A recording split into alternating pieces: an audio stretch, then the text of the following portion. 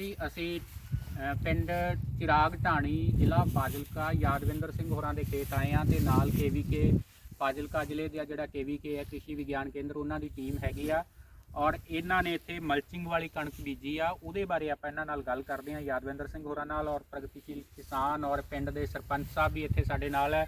ਪਹਿਲਾਂ ਵਾਲੇ ਸਰਪੰਚ ਸਾਹਿਬ ਵੀ ਨਾਲ ਹੈ ਤੋਂ ਪੰਚਾਇਤ ਵੀ ਪੂਰੀ ਨਾਲ ਹੈ, ਉਹਨਾਂ ਦਾ ਵੀ ਸਵਾਗਤ ਹੈ। ਤੇ ਸਰ ਯਾਦਵਿੰਦਰ ਸਿੰਘ ਤੁਸੀਂ ਦੱਸੋ ਪਹਿਲਾਂ ਤਾਂ ਕਿਹੜੀ ਵਿਧੀ ਹੈਗੀ ਹੈ ਤੇ ਕਿਵੇਂ ਕਿਵੇਂ ਤੁਸੀਂ ਸਾਰੇ ਪੜਾਅ ਦੱਸੋ ਵੀ ਕਿਵੇਂ ਕਿਵੇਂ ਬੀਜਿਆ।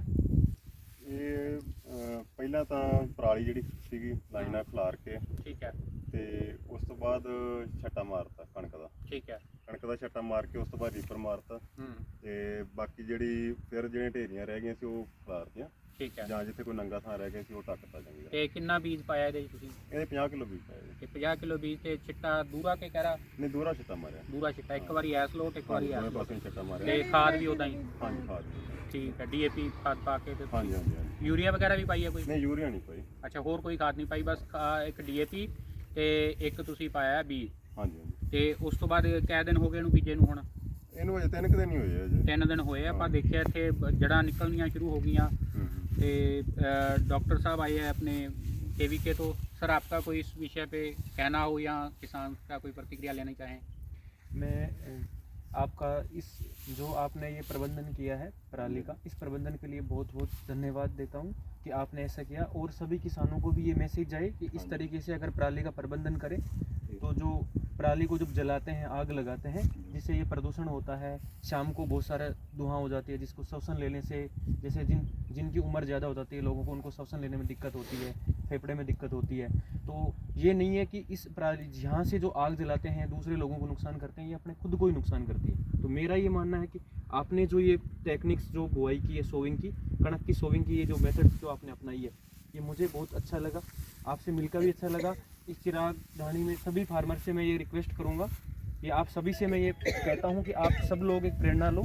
इसी तरीके से अगर आप करोगे तो आपका जो ये पराली है इस पराली का धीरे धीरे डिकम्पोजिशन होगा, धीरे धीरे ये सड़ेगी गलेगी अंदर जाएगी तो इसमें जो न्यूट्रिएंट्स हैं वो भी मिट्टी में रिलीज होंगे और रिलीज होकर के आपके पौधे को धीरे धीरे मिलेंगे।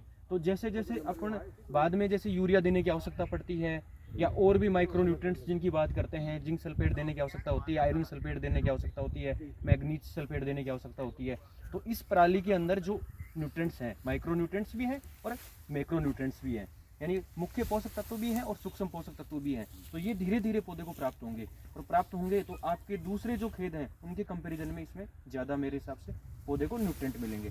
तो आपने जो मेथड्स बताई ये बहुत अच्छी मेथड बताई। दूसरी बात आपने अभी कहा कि मैंने जब इसकी कणक की बिजाई की थी तो मैंने इसमें सिर्फ DAP पाया है, DAP के अलावा मैंने यूरिया नहीं पाया इसमें। तो ये जो आपकी टेक्निक्स है इससे मैं ये कहूँगा किसान साथियों को, सभी किसानों को ये निवेदन करता हूँ कि जब भी आप बुआई करो तो DAP पा सकते हो, लेकिन यूरिया पाने में अपना जो जर्मिनेशन होता है, अंकुरण जो बीज का होता है कणक का, वो घट हो जाता है, कम हो जाता है धीरे धीरे। क्योंकि यूरिया जो होता है ना वो एक 7 दिन के अंदर अंदर रिलीज होता है और उसमें मॉइस्चर होता है, मॉइस्चर ज़्यादा होने की वजह से सीड ऑटोमेटिक सड़ने लग जाता है। इस वजह से एक आपने जो खुद ने ये टेक्निक्स अपनाई, बहुत अच्छी टेक्निक्स अपनाई, बहुत अच्छी विधि बताई। तो आप सभी किसानों को ये मैसेज क्या देना चाहते हो कि भाई हम सबसे आपको क्या मैसेज देना चाहते हो कि किस तरीके से किसान इस पराली का प्रबंधन करे? ਮੈਸੇਜ ਇਹੀ ਹੈ ਵੀ ਜਿਵੇਂ ਐਤਕੀ ਆਪਾਂ ਟ੍ਰਾਇਲ ਦੇ ਤੌਰ ਤੇ ਕੀਤਾ ਜੀ ਜੀ। ਜੇ ਹੁਣ ਸਾਰੇ ਪਿੰਡ ਅਗਲੇ ਏਰੀਆ ਸਾਰਾ ਪਿੰਡ ਵੇਖੂਗਾ ਜੀ ਹਾਂ ਵਧੀਆ ਹੋ ਗਿਆ ਤੇ ਅਗਲੇ ਏਰੀਆ ਹੋਰ ਵੀ ਸਾਰੇ ਭਾਵੇਂ ਟ੍ਰਾਇਲ ਹੀ ਲਾਉਣ ਕਿੱਲਾ 2-2 ਕਿੱਲੇ ਸਾਰੇ ਬੀਜਣਗੇ ਤਾਂ ਹੌਲੀ ਹੌਲੀ ਇਸੇ ਤਰ੍ਹਾਂ ਮਤਲਬ ਪਰਾਲੀ ਦਾ ਆਪਾਂ ਮਤਲਬ ਕਰ ਸਕਦੇ ਹਾਂ ਪ੍ਰਬੰਧ। ਜਿਵੇਂ ਤੁਹਾਡੇ ਪਿੰਡ ਦਾ ਨਾਮ ਹੈ ਢਾਣੀ ਚਿਰਾਗ, ਚਿਰਾਗ ਮਤਲਬ ਦੀਪਕ, ਇੱਕ ਦੀਪਕ ਜਗਾ ਲਈਏ ਤੇ ਫਿਰ ਦੂਜੇ ਤੋਂ ਦੂਜਾ, ਤੋ ਇਹ ਚਿਰਾਗ ਤੁਸੀਂ ਬਾਲਿਆ ਇਹਨੂੰ ਅੱਗੇ ਦੀ ਅੱਗੇ ਹੋਰ ਲੋਕ, ਕਿਉਂਕਿ ਇੱਕ ਕਿਸਾਨ ਭਰਾ ਆਪਣਾ ਵੇਖ ਕੇ ਵੀ ਜ਼ਿਆਦਾ ਵਧੀਆ ਤਰੀਕੇ ਨਾਲ ਸਮਝਦਾ। ਔਰ ਦੂਜੀ ਗੱਲ ਇਹ ਹੈ ਕਿ ਜਿਵੇਂ ਸਰ ਹੋਰਾਂ ਨੇ ਦੱਸਿਆ ਕਿ ਪਰਾਲੀ ਹੈ ਇਹਦੇ 'ਚ ਜ਼ਮੀਨ 'ਚੋਂ ਹੀ ਇਹਨੇ ਤੱਤ ਲੈ ਕੇ ਆਪਾਂ ਇਹਨੂੰ ਝੋਨੇ ਨੂੰ 2-4 ਗੱਟੇ ਪਾਏ ਹੋਣੇ ਖਾਦ ਦੇ, ਬਾਕੀ ਤਾਂ ਸਾਰਾ ਕੁਝ ਇਹਨੇ ਜ਼ਮੀਨ 'ਚੋਂ ਹੀ ਨਿਚੋੜਿਆ ਸੀ ਨਾ। ਤੋ ਇੰਨੀ ਸਾਰੀ ਜੇ ਇਹਨੂੰ ਚੁਕਾ ਦਿੰਦੇ ਜਾਂ ਅਸੀਂ ਇਹਨੂੰ ਅੱਗ ਲਾ ਦਿੰਦੇ ਤਾਂ ਉਨੀ ਤੱਤ ਸਾਡੇ ਸੜ ਜਾਣੇ ਸੀ। ਇਹ ਲਗਭਗ 25-30 ਕੁਇੰਟਲ ਨਿਕਲਦੀ ਹੈ ਕਿੱਲੇ 'ਚੋਂ, ਹੁਣ ਉਹ ਵਿੱਚੇ ਰਹਿ ਗਏ है ना। दूसरी गल एक मैंने लगता डॉक्टर साहब ये नदीन भी कम होंगे। हाँ नदीन भी, क्योंकि जमीन खोदिया ही नहीं आप। एक दूसरा पॉइंट ऑफ व्यू और जोड़ेंगे इसमें कि जैसे नदीन जो होते हैं ना, जैसे इसके बजाय दूसरे जो कनक बीजेंगे उसमें देखने को मिलेगी कि नदीन का जो उसको निकालने का खर्चा ज़्यादा आएगा। एक तीसरी बात और होती है कि ये जो पराली अपन ने इस तरीके से मैनेजमेंट किया है, जिससे मॉइस्चर मैनेजमेंट भी होता है, इरिगेशन भी घट हाँ, होंगी तो इसमें, ये जो लोग आप कह रहे हैं नंबर ऑफ सब- सिंचाई दोगे ना, वो सिंचाई की आवश्यकता भी इसमें कम पड़ेगी।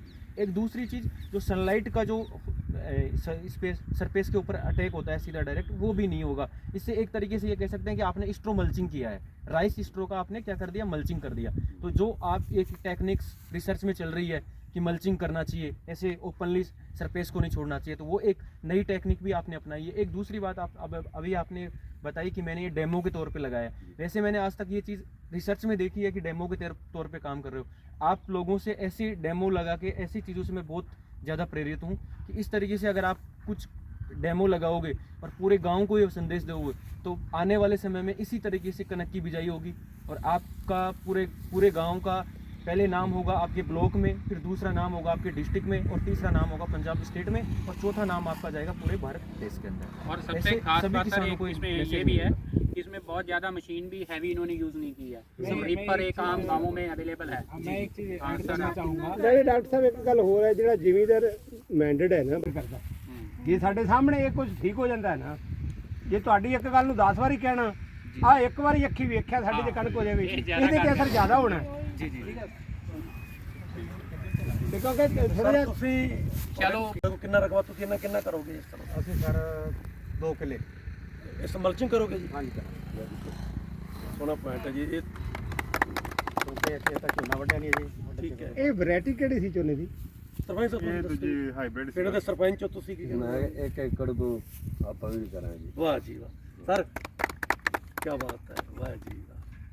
बस ऐदा ही दीपक नाल दीपक चलेगा। वैरायटी पहले की अब की दोनों ਇਹ 20 ਕਿਤਨਾ ਪਾਇਆ ਇਹਦੇ ਚ? 50 ਕਿਲੋ ਵੀ ਪਾਇਆ 50 ਕਿਲੋ ਪਾਇਆ। ਵੈਰਾਈਟੀ ਕਿਹੜੀ ਬੀਜੀ ਸੀ? ਵੈਰਾਈਟੀ 187 187 187 ਉਗਰੀ ਹੈ ਜੀ, ਪਰਸੋਂ ਤੱਕ ਉਗਰੀ ਦੇਖੋ ਪਰਸੋਂ ਤੱਕ